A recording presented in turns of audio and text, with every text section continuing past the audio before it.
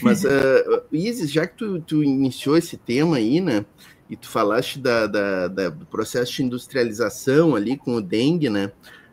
Contem para nós aí dessa questão da mão de obra escrava na China, né? Existiu, existe, vai continuar existindo? Contem. Isso eu acho que é um dos primeiros mitos para a gente desconstruir aqui, né? Falem sobre isso para nós.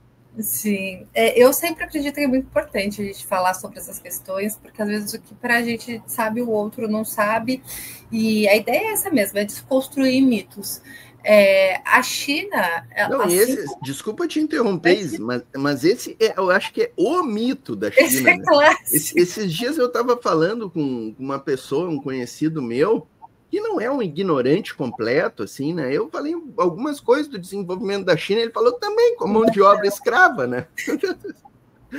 Como é que tu vai seguir o debate, né? É complicado. Sabe que eu disse para o Diego, você comentou que a gente tem bolsonaristas e trampistas nos ouvindo, e uma das coisas que eu falei para o Diego era a importância da difusão científica, porque geralmente o campo da esquerda ou progressista não ocupa tanto as redes quanto deveria. E então, um dos meus fios, os primeiros assim no Twitter, o que mais deu repercussão foi justamente sobre o mito da mão de obra escrava, porque realmente muitas pessoas acreditam, são sensos comuns. E a China, ela teve, então, seu período de arrancada industrial. É histórico que em países em arrancada industrial existam jornadas extenuantes de trabalho. Foi assim na Europa, foi assim na China, e é o que aconteceu assim também no Brasil. E aí você não quer dizer que se alguém está sendo explorado, que o país seja conivente com isso. Não quer dizer que seja algo sistemático do país. Por exemplo, em São Paulo, galerias subterrâneas com bolivianos sendo explorados, e isso não significa que o nosso país seja conivente com isso, significa que há pessoas que burlam a legislação. Um outro tópico também importante neste processo de conversar é que, conforme o país vai enriquecendo, a sua estrutura institucional vai aumentando, porque ela precisa dar respostas. Ou seja, obviamente que a Europa vai ter uma legislação mais complexa, com mais direitos trabalhistas do que países mais paupérrimos como na África. E a partir do momento que vai tendo essa arrancada industrial, vai tendo a luta de classes e lutas por direitos. E, resumindo isso, daí eu deixo para o Diego me completar caso eu esteja pulando algumas etapas, mas resumindo a isso, neste momento, a China tem uma legislação trabalhista bem pesada. Por exemplo, o seguro-desemprego na China ele chega a 1 ano, e aqui depende se é a primeira vez que você vai receber, se é a segunda. Então, se são 6 meses, são 8 meses, 4 meses, na China é sempre 1 ano. A licença maternidade também existe na China e é mais extensa. E o salário que uma mulher recebe da licença maternidade não é baseado no que ela recebe, é do que todas as mulheres daquele lugar recebem, e é feito uma média salarial. Então, também tem fundo de saúde, de habitação, todos esses direitos. E o salário chinês, a média dele, já passou o nosso há muito tempo, está já equiparado a alguns salários europeus, como Portugal. Então, realmente, o que eu vejo que isso acontece muito no senso comum, o que acontece? Aqui no Brasil, em 30 anos, pouca coisa muda. E a velocidade que as coisas mudaram na China foi muito rápida. Então, de fato, dos anos 90, havia jornada, em 2000, havia jornadas extenuantes, mas nesse momento o padrão de trabalho chinês ele é outro. Então, eu acho que é importante a gente colocar isso, que se existir alguma situação assim, ela é alheia, né? Não é institucional, é uma exceção à regra, e que hoje em dia, quando você vai ver dados, o poder de paridade de compra de um chinês é de longe muito maior do que o nosso. Aí vai ter também uma outra coisa que dizer, que é o seguinte: mas cresceu porque lá o trabalhador não pode fazer nada, não pode falar nada. O governo ele é autoritário, ele sai com uma chibata na rua, as pessoas, meu Deus, andam para baixo, nem falam o nome do Xi Jinping de medo. Tem um site que eu e o Diego disponibilizou no nosso Instagram do Fios de China, que eu adoro, porque quando você clica nele, ele mostra as greves da China em tempo real. E é o mapeamento das greves, e você pode ver a última vez que eu postei, nos últimos 3 meses, eu tive 300 e poucas greves oficiais. Então, ainda era muito maior daqui. Então, tira esse mito. Ou que o trabalhador estão todos felizes e tudo mais, não existe luta de classe, e também tira o mito que ele é alienado. Um outro exercício interessante, e eu faço isso nas minhas pesquisas, porque eu vejo que acontece muito de quando a pessoa fala, mas é óbvio que o governo chinês diz isso, eles mentem, eles criam todos os fatos, eles são mirabolantes, eles controlam tudo. Usar fontes, toda vez eu precisava, não precisava, porque se eu estivesse falando da Inglaterra, eu podia usar a fonte do governo e todo mundo achar ok, dos Estados Unidos também. Mas todas as vezes eu valido a minha informação com alguma fonte internacional. Então, quando você vai na Sociedade Americana de Economia e digita que a China tem... Aliás, se você for no Google digitar China tem trabalho escravo, aparece o artigo da Sociedade Americana de Economia dizendo que é fake. Então, gente, é fake mesmo.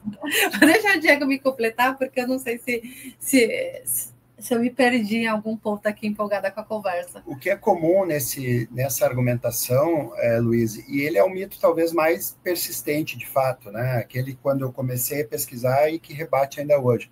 Acho que foi anteontem, né, que eu estava falando do desenvolvimento da China no Instagram, no Fios de China, e um rapaz argumentou, né, que o que explica o desenvolvimento da China era a falta de proteção trabalhista, a falta de legislação e salários muito baixos, né?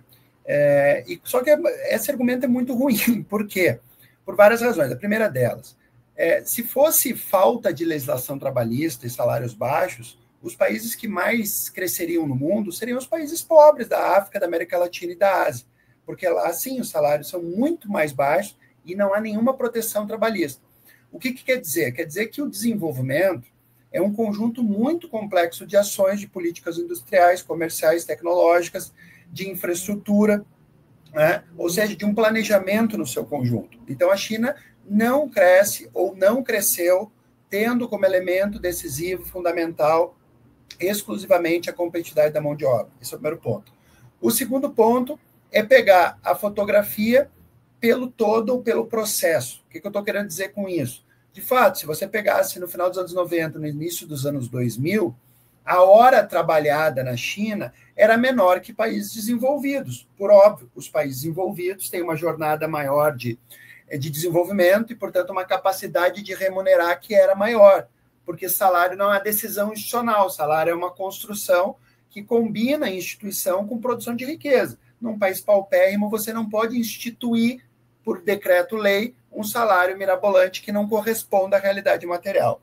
Bom, mas o mais importante é que, ao pegar a fotografia pelo processo, se perdia de mão justamente essa dinâmica chinesa, ou seja, de onde ela estava partindo e para onde ela estava indo. E quando a gente analisa esse processo, a China, de fato, é o país, primeiro, de maior mobilidade social nos últimos 40 anos, e é um dos países, se não o país, que mais aumentou a massa salarial e o poder de compra, porque aí mais um elemento é determinante. Não apenas comparar o salário em dólares, porque o custo de vida varia. Então, por exemplo, nos Estados Unidos, um trabalhador ganha X dólares por hora trabalhada, mas ele vai pagar um sistema de saúde caríssimo, ele vai pagar a universidade caríssima, ele vai pagar a habitação caríssima e todos os demais serviços são encontrados no mercado de maneira muito cara. No caso da China, embora alguns serviços públicos sejam pagos como parte da educação e da saúde, é um custo módico visando a universalidade, né? Então, todas essas variáveis mostram que nem foi fator explicativo do desenvolvimento chinês e tampouco corresponde à realidade material da maior parte da sociedade chinesa. Basta dar, mais uma vez, um Google na imagem das cidades chinesas e pegar dados sobre padrão de consumo, que a gente vai ver uma realidade de uma classe trabalhadora, né, camadas médias e populares, com uma capacidade de acessar bens e serviços e viver em realidades, né, de saneamento habitacional muito mais confortáveis que a maior parte do mundo, inclusive, hoje em dia, maior que a maior parte dos países envolvidos. Maravilha. Que explicação, hein? O pessoal está comemorando e agradecendo aqui no chat o nível, né? o Fábio Silva sugerindo aqui o canal do Felipe Durana, que é um camarada que mora lá na China, engenheiro, faz vários vídeos ali do dia a dia, né, da China, grande camarada. Tentamos trazê-lo aqui, mas o horário não fecha, né, pela questão do uso e a grade do nosso canal. Emerson Ribeiro chegando aqui, deixar um grande abraço para o meu camarada Emerson, Davi Fortunato, a Marlene Costa, Calbi Oliveira, o Zona Laranja chegou aqui conosco também, mandar um grande abraço para todo mundo. O Portal do José está aqui conosco, grande abraço aí para o meu camarada Portal do José, tá deixando um abraço especial também para o Diego, para a Isis. Portal do José tem que vir aqui falar conosco no Giro, hein, Portal? Vamos combinar um dia o Portal, a gente chama ele de Portal, né? Tão famoso do canal dele, Portal do José. O José, né? Professor José, grande, já tive o prazer em dividir live com ele, é um grande papo sempre, né? Regina Alves deixou um pingo aqui, ó, o Kaique Cavalcante deixou um pingo e pediu o link do TCC da Isis, né, em PDF, se for possível. Depois, no final da live, eu vou editar a descrição aqui, pessoal, e eu não coloquei o site e o Instagram do Fios de China, né, que é o Instagram da Isis e do Diego, que é sensacional. Quem não está inscrito lá, quem usa o Instagram e não está inscrito, inscrevam-se, Fios de China, muito bom.